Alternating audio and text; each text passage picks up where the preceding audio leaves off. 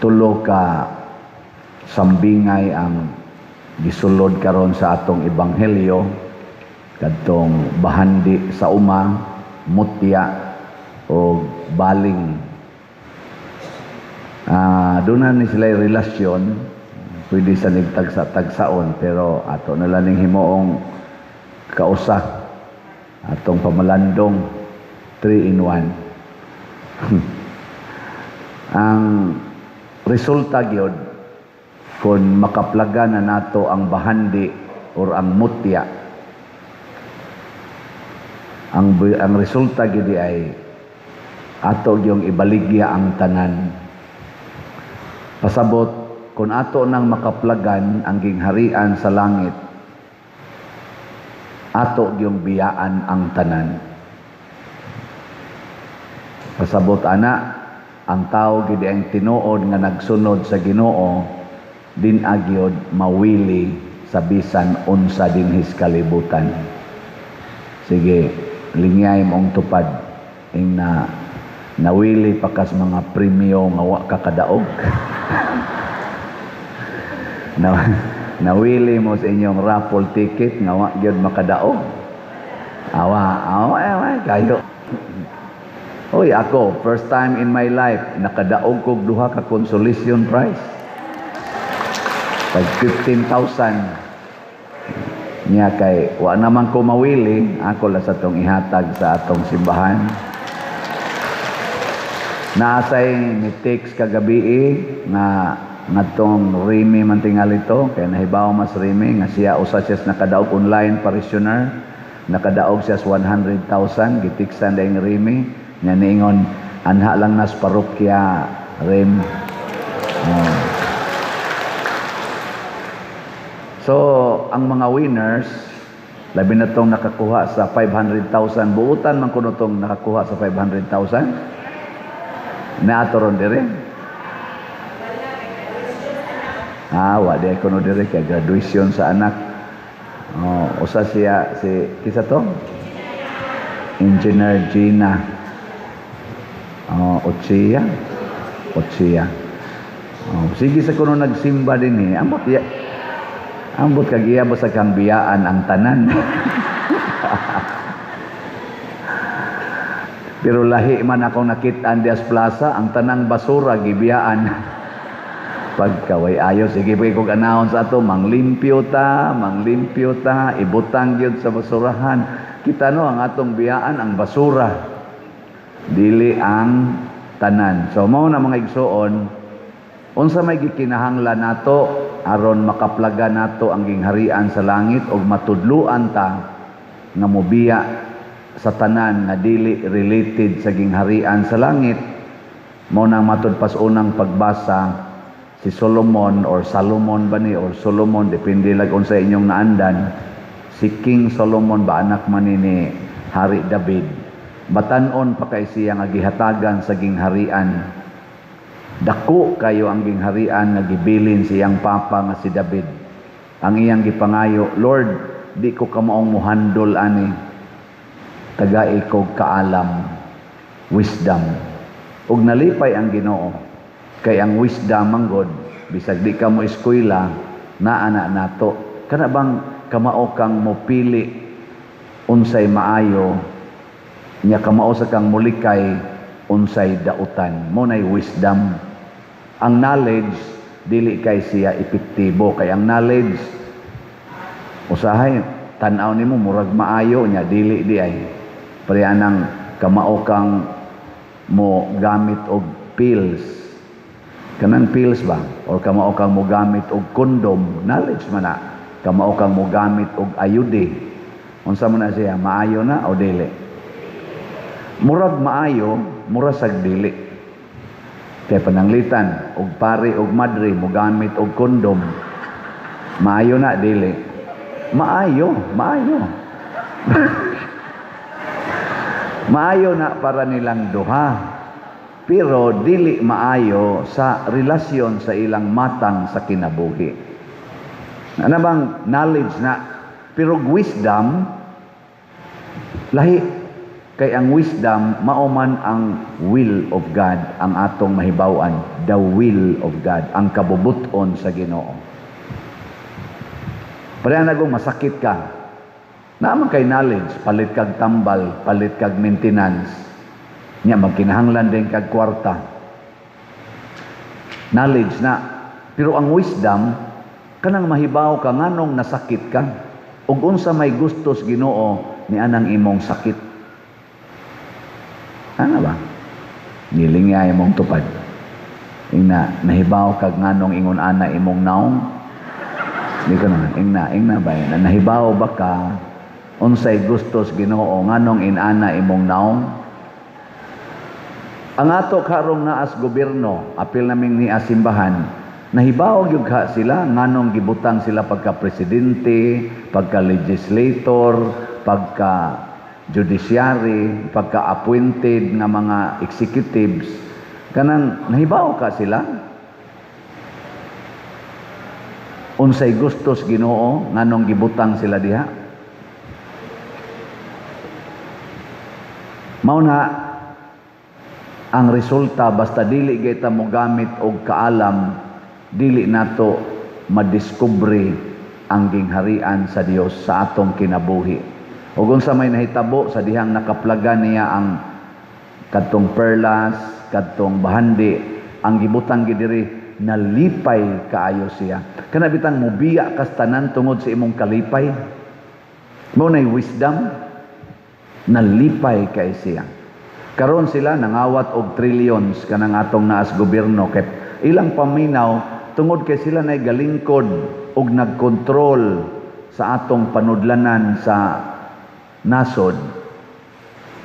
Kaya nila nga tigumon, kuhaon ang tanang kwarta nga gusto nilang kuhaon. Kaya nila nga gunitan ang tanang gahom nga gusto nilang gunitan. Unya, mao kuno nay makalipay nila. Pero unsa may resulta karon? Sila wa malipay, kita sad wa malipay. Ana. Si King Solomon sa dihang gisunod niya ang Ginoo kanunay, purti niyang lipaya, purti sang lipayas mga tao og nilambo og maayo ang iyang gingharian. Ana. Mananglitan ron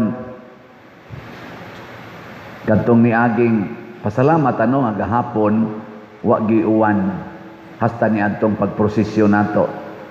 Kinsay nakakuyog sa prosesyon ta sa ngamot. Oh, Jotera kay. Kinsay nakaapil sa atong baryo pista gahapon diri Loyo ta sa ngamot. Jotera sad kayo. Wa mo ka discovery sa gingharian. Dito ra mo sa inyong balay. Ang atong prosesyon niabot og mga 2 hours and 15 minutes. Nya wa gid ta giuwan. Ang ato sang kalihukan gahapon nagsugod ta paghuman gid sa alas 4 nga misa ni Archbishop Palma, mga alas 5:45 dito na ta sa Loyo sugod. Nakasugod ta hapit na alas 7. Nya way lingkuranan. Nya ang resulta nangabot sang lingkuranan nga wala sa teganang mulingkod. Ito nga naay mga lapses, tawag na to lapses, pero malipayon kay ta dito sa Loyo. Kalipay nga dili ba tungod kay daghan kay tag kwarta. So do nagi kalipay basta ang atong gisunod ang kabubutos Ginoo. Pero niyantong pizza 23, grabe kayong uwan. Pero waman to kaabot uwan na og 2 hours. Naaraman to sa mga almost 1 hour. Pero ang baha, perting baha. Dili lang din sa dool sa ato, sa Cebu. Ubang mga lugar, baha. O kini mao ni resulta sa ilang pagkuha sa budget sa flood control. Nawa gyud mahimo ang mga dagkong mga flood control nga tinuod og mga dagko nga mga drainages nga tinuod. Pero ang budget na release pero ghost project kasagaran niya ang uban substandard. Karon nangaguba na, wa nay control. Flood na lay nahibilin, wa nay control. Flood control man unta to. Nangalibon ang atong mga karon sa mga probinsya, sa mga bukid, nganuman kay gikuha sad nila ang budget sa farm to market roads. Basa kayo ang mga classroom karon kay nagto niya mga estudyante di ka klaro klase kay wa sad sila classroom niya mamasilong lang sila sa lawom sa kahoy og sa mga stage unya kay nag-uwa naman di wa na sad sila klaseng tarong kay ila sang gikuha ang budget sa DepEd na para unta to i-construct o i-repair sa mga classrooms. Mga igsoon, knowledge ang ilang gigamit pagkawat sa mga kwarta sa atong nasod. Dili wisdom. Dili man kabubuton sa Dios nga mangawat. Muna, diri sa atong ikaduhang pagbasa, niingon diri, nasayod kita nga diha sa tanang butang, nagbuhat ang Dios alang sa kaayuhan ni adtong nahigugma kaniya. Basta nahigugma tas Ginoo, di ta mahigugmas kwarta, di ta mahigugmas hinimos Ginoo.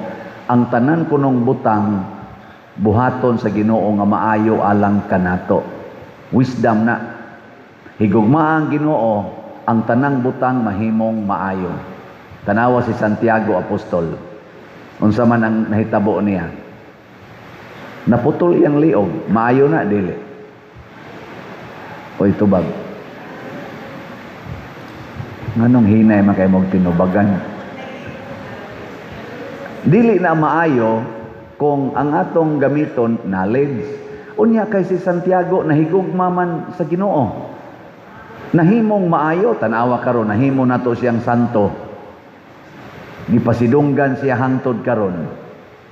Kadtong pagkasakit ni San Roque, magpista na rabasad karong Agosto San Roque, karon ganina na may mga pistang San Roque. Maayo to nga nasakit siya. Ang edad niya 32 pa mga inana. Nasakit siya, nya namatay gid siya siyang sakit. Maayo to dili.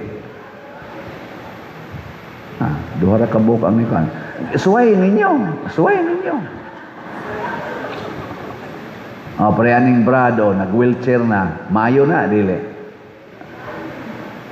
Sige, ilis mo.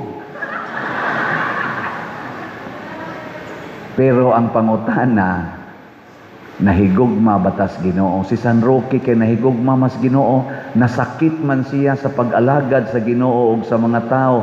Lami kitong iyang paminaw ato. Nindot kaayo.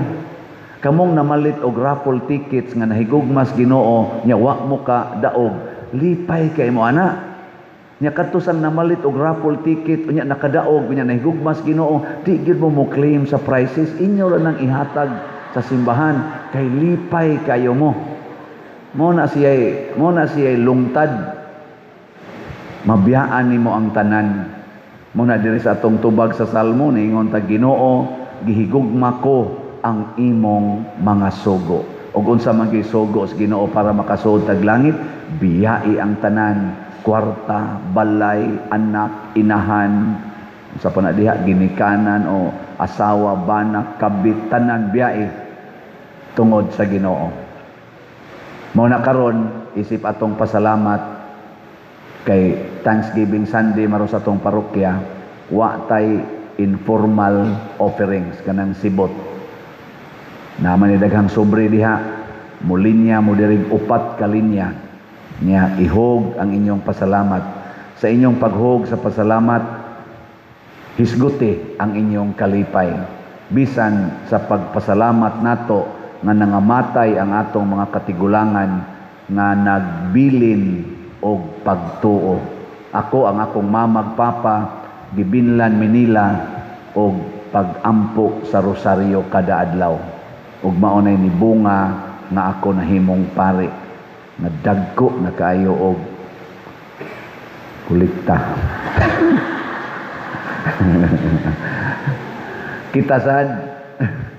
Pasalamat sa tas Ginoo nga gibinlan tagpagtuo 163 years na ang atong parokya. Na ako'y nabasahan ron social media, doon na mga simbahan na sad dito sa gawas nga gisira na sad sa parish priest kay wa nay mosimba. Nasay uban ng kulbaan na kay wa na kunoy mga batan-on nga mosimba, pulos mga tiwasonon. Oh, tinuod gid na ang hitabo karon. Mao na nga pasalamat ta. Unya kana sa inyong paghug unya sa inyong mga offer. Pasalamat. Commitment sa nato nga ato sang ibilin ang nindot nga timaan sa pagtuo ngadto sa sunod nga generation. Dili ang pagkakawatan, dili ang pagkahingwarta, dili ang pamulitika, kung dili ang paghigugmaay nga matod pa sa ato dihang tema Santiago Apostol, giya sa pagpaminaw alang sa kahiusahan sa simbahan. Kanaunta maghiusa ta ba? Nya unsa may ato din hirong ibilin kung padayono ni nato atong pagtinabangay ang atong bell tower hapit na mahuman kasi na nagtingog nya ang atong adoration chapel pwede na mo diha mo gamit ang atong CR tabahuonon pa kanang atong walk of apostles ug ang pag-ilis atong lingkuranan bisag kini lang ni amoy atong mabilin nya mamatay na mo inighuman atong ilis aning atong lingkuranan dako na kay kada lingkod nila diha moingon gyud sila nakaapil ang akong mama ani ang akong papa ang akong maguwang og tampo no nya sugda na nato karon sa paghatag og thanksgiving biyahe ang tanan ihog ang tanan sa sobre og ihog dire aron maglakaw na lang kapauli sa inyo nga magsigig kanta og give thanks nindot no